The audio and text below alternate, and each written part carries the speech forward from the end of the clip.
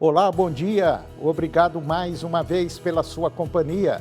Está começando mais um programa Agronegócio e eu desejo a você muita paz e muita saúde. E no programa de hoje nós vamos falar de benefícios fiscais federais. Vamos falar de mais uma participação da JBS, só que agora é no mundo árabe.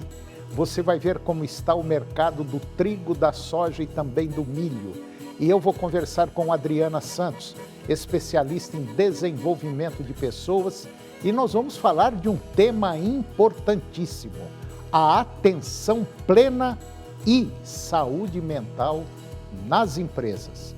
E você vai ver também que a exportação de boi vivo está crescente no Brasil. O programa Agronegócio já está no ar.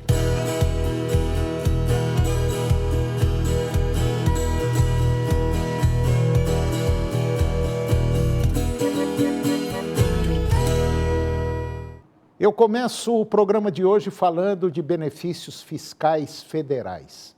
A publicação da Lei Complementar 224/2025, que promoveu uma redução linear de 10% nos benefícios fiscais federais concedidos a diversos segmentos do agronegócio, deve aumentar os custos ao longo das cadeias de produção de proteínas animais e resultar em repasse ao consumidor final.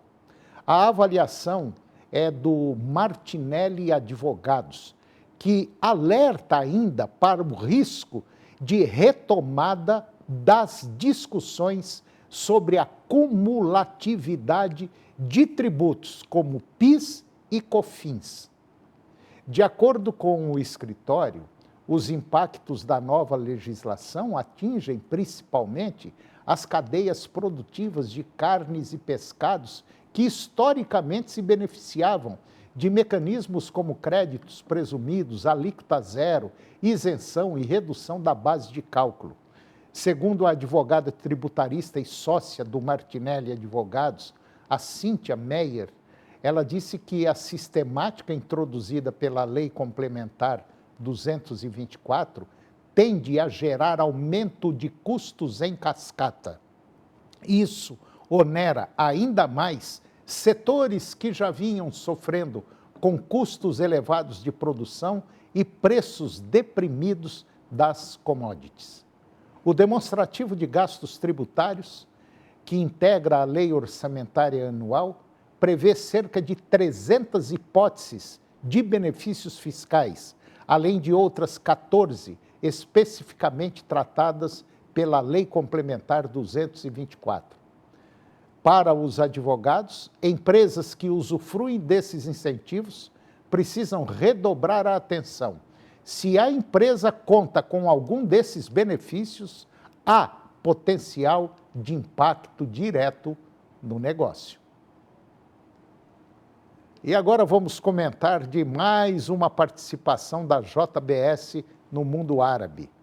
A produtora mundial de alimentos JBS adquiriu uma participação de 80% em uma nova holding de alimentos em Omã.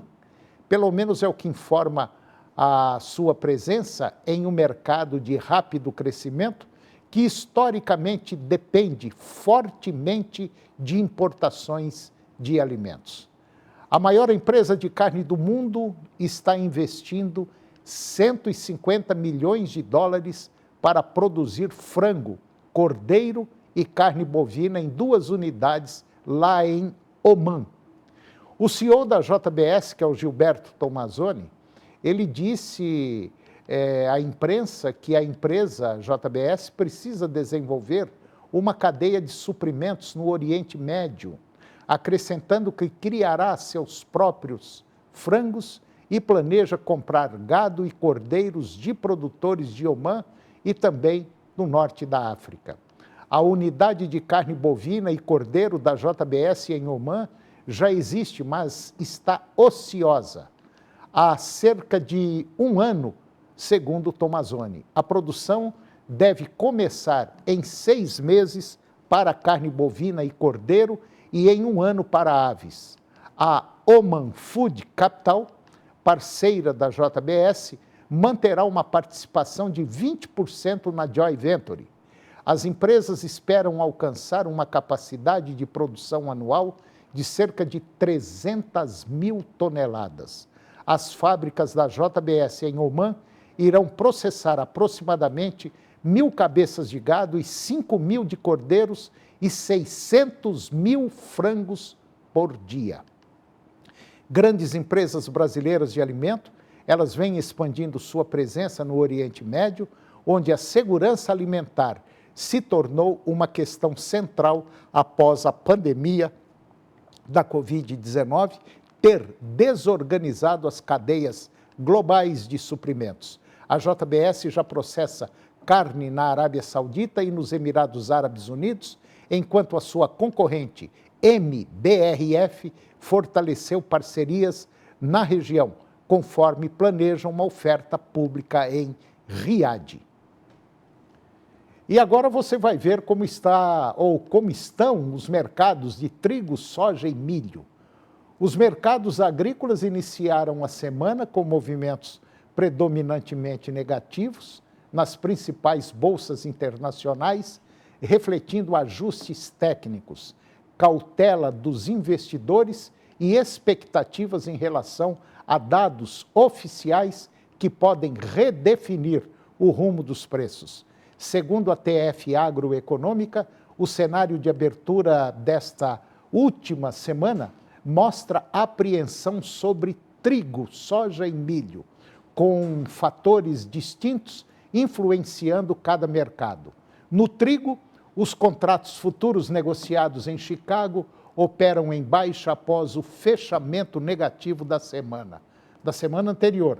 A redução das preocupações com eventuais danos causados por temperaturas congelantes nas áreas de trigo de inverno nos Estados Unidos e na região do Mar Negro contribuiu para o movimento vendedor. A desvalorização do dólar frente ao euro pode limitar quedas mais acentuadas ao melhorar a competitividade das exportações americanas. No mercado brasileiro, os preços seguem pressionados pela falta de demanda por farinha e subprodutos, em um contexto de menor poder de compra das famílias.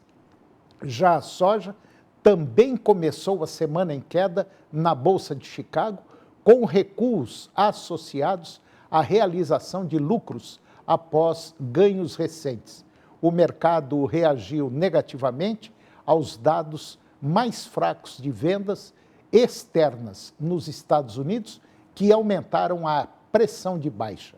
Ainda assim, há atenção em torno de uma possível compra expressiva de soja americana pela China, embora sem confirmação oficial. O relatório mensal do USDA, previsto para esta semana, concentra as expectativas especialmente por fevereiro ser preferência ou referência para seguro de renda dos produtores. No Brasil, os preços físicos apresentaram valorização tanto no interior do Paraná quanto no Porto de Paranaguá. No milho, os contratos futuros operam em leve baixa em Chicago, influenciados pelas chuvas registradas em áreas produtoras da Argentina, que podem melhorar as condições das lavouras. A ausência de novidades positivas sobre o uso do E15, etanol, E15, ao longo de todo o ano nos Estados Unidos, também pesa sobre o sentimento do mercado. A expectativa é de poucas alterações no próximo relatório do USDA, embora haja possibilidade de ajuste nos estoques finais destinados à ração animal. E agora você vai ver que a exportação de boi vivo está crescente no Brasil. Confira.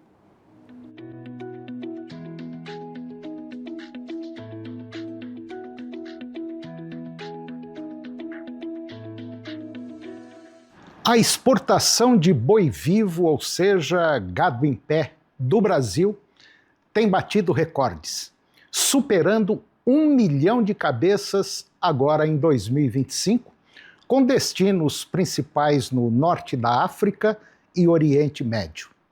E esses países importadores, eles buscam agregar valor localmente, vendendo o produto com sua própria marca, ou então seguindo a tradição halal, um mercado em franco crescimento. A atividade ela movimenta a economia e oferece alternativa de agregação de valor aos produtores, que é impulsionada pela demanda por abate halal e busca por proteína, mas enfrenta debates sobre bem-estar animal e também logística, com ativistas buscando restrições. Em 2025, o Brasil bateu o recorde de cabeças embarcadas, totalizando 1.050.000, volume 4,8% superior a 2024, quando foram embarcadas 1 milhão de cabeças. O faturamento, ele acompanhou esse crescimento e a exportação de bovinos vivos somou $1 bilhão, aumento de 26% em relação a 2024. O Brasil ele consolidou-se como, vamos dizer assim, um fornecedor estratégico, com volumes recordes e aumento de receita. A exportação de gado vivo, ele é um setor que está em basicamente franco crescimento aqui no Brasil, economicamente relevante, mas que precisa equilibrar crescimento com responsabilidade social e também ambiental, lidando com a pressão de ativistas e a necessidade de modernização da infraestrutura que ainda é precária. O amplo domínio neste tipo de comércio é dos países árabes e também dos muçulmanos. Em 2025, a Turquia foi o principal destino, respondendo por 32,9% dos embarques, volume 9,4% superior ao adquirido no ano de 2024. E na sequência destacou-se o Egito, responsável por 17,7% dos embarques, crescimento de 13,7% ante 2024. Já o Iraque, que em 2025 deu uma recuada para a quarta colocação, com volume de compra 48,6% menor. Primeiro lugar, Turquia, segundo lugar, Egito, terceiro lugar, o Líbano, quarto lugar, o Iraque e quinto lugar, o Marrocos. Esses são os principais compradores importantes interessados em engorda ou abate com preceitos islâmicos, que é o abate halal. Também integram a lista Líbano, Marrocos, Jordânia, Arábia Saudita, Argélia, Irã, outro país que não é árabe, mas com forte influência muçulmana, e também o Paquistão. E aqui no Brasil, o Pará é o principal exportador do Brasil, respondendo por 56,9% das vendas, participação 4,5% superior ao ano de 2024, quando embarcou 572 mil cabeças. Na sequência, aparece aí o Rio Grande do Sul, com 24% de participação, registrando uma retração de 2,6% em relação ao volume exportado no ano anterior. São Paulo, também é um importante estado, respondeu por 7,6% das vendas no ano passado. Em comparação a 2024, São Paulo quase triplicou o volume exportado naquele ano. Ocupava a quarta posição, com 30.800 cabeças embarcadas. Bom, a exportação de bovinos vivos, ela representou 0,4% desse total em parcela pequena, quando comparada ao abate que respondeu por 18,1% do rebanho, segundo a estimativa da Scott Consultoria. Esses números, eles mostram que o Brasil dispõe de oferta de bovinos, tanto em volume quanto em diversidade de categorias, raças e objetivos. Essa condição, Ela garante ao nosso país capacidade de atender diferentes perfis de demanda internacional, mantendo flexibilidade para se ajustar ao mercado interno e também ao mercado externo. E dentro desse contexto, a exportação de bovinos vivos, ela funciona como um canal adicional de escoamento de produção. Esse mercado auxilia o produtor, ampliando seu poder de barganha e contribuindo para a estabilidade e competitividade do setor da pecuária de corte. Com base nisso, o Brasil tem potencial para ampliar a sua participação nesse mercado, agora neste ano de 2026. No ano passado, o rebanho bovino de entrada do Brasil era de 238 milhões de cabeças, segundo o IBGE. Portanto, está aí um mercado em franco crescimento que o Brasil deve observar, porque é um mercado relativamente garantido, principalmente para aquela região muçulmana, ou seja, islâmica.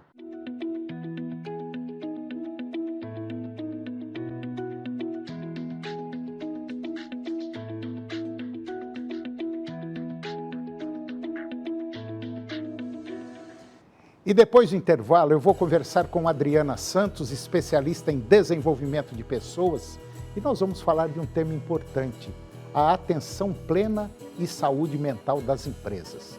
Nós voltamos já, é um minuto só.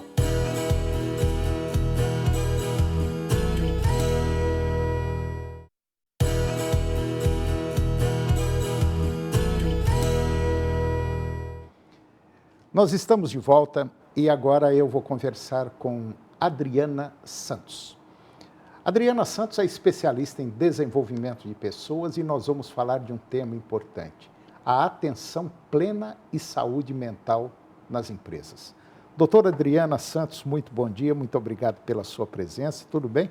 Tudo bem, Toninho, obrigada, bom dia. Doutora Adriana, de maneira geral, está precisando dar uma melhorada na saúde mental das pessoas que compõem uma empresa, a começar do dono até lá no último, lá embaixo?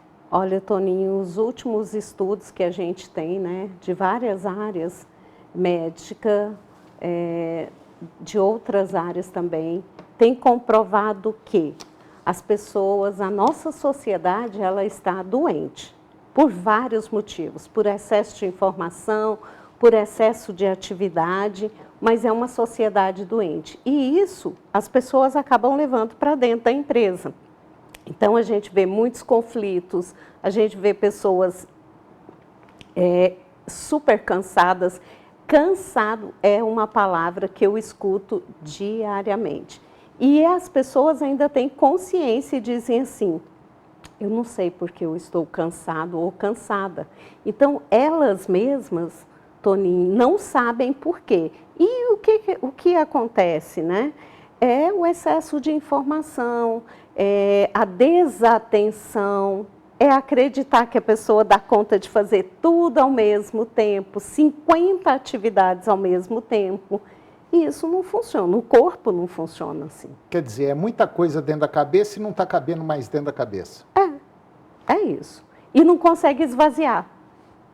E cada dia enchendo mais. Exatamente. E assim, as telas elas representam muito dessa angústia, dessa ansiedade, pela comparação que as pessoas têm feito.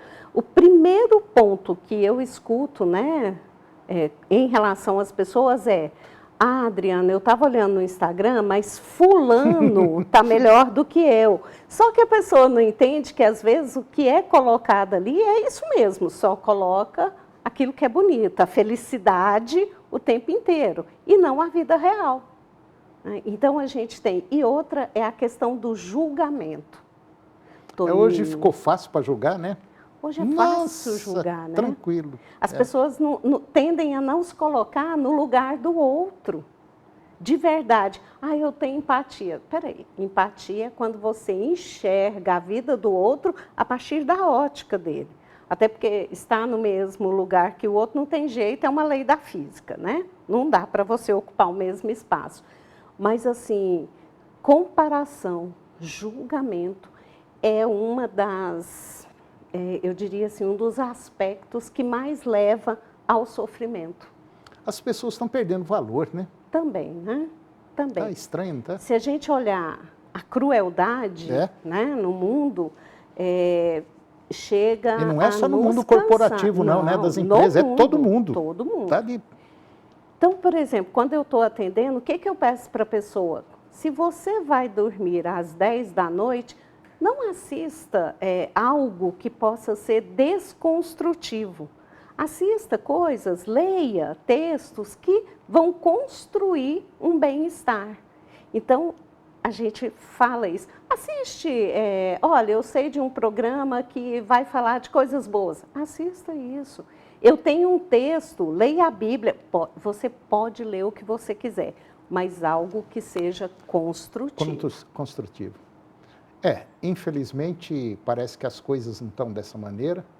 E eu tenho o costume de falar que parece que o celular hoje virou a Bíblia do ser humano. Sim. A Bíblia da maioria das pessoas. Toninho, você sabe quanto tempo o seu cérebro ele leva para sair de uma atividade para outra? 20 minutos. Então, aquelas pessoas que dizem assim, não, eu sou multitarefas, mas a todo momento elas param e vão para outra tarefa, param. O tempo que elas perdem desta tarefa para a próxima são 20 minutos, o tempo de concentração. Por isso que ao final do dia, as pessoas acreditam que elas não fizeram nada e estão muito cansadas. Mas é por isso, e não dorme direito, porque aí vem a ansiedade, a insônia. Então, a gente precisa de ajudar essas pessoas, e tem nome, né? É um programa de atenção plena.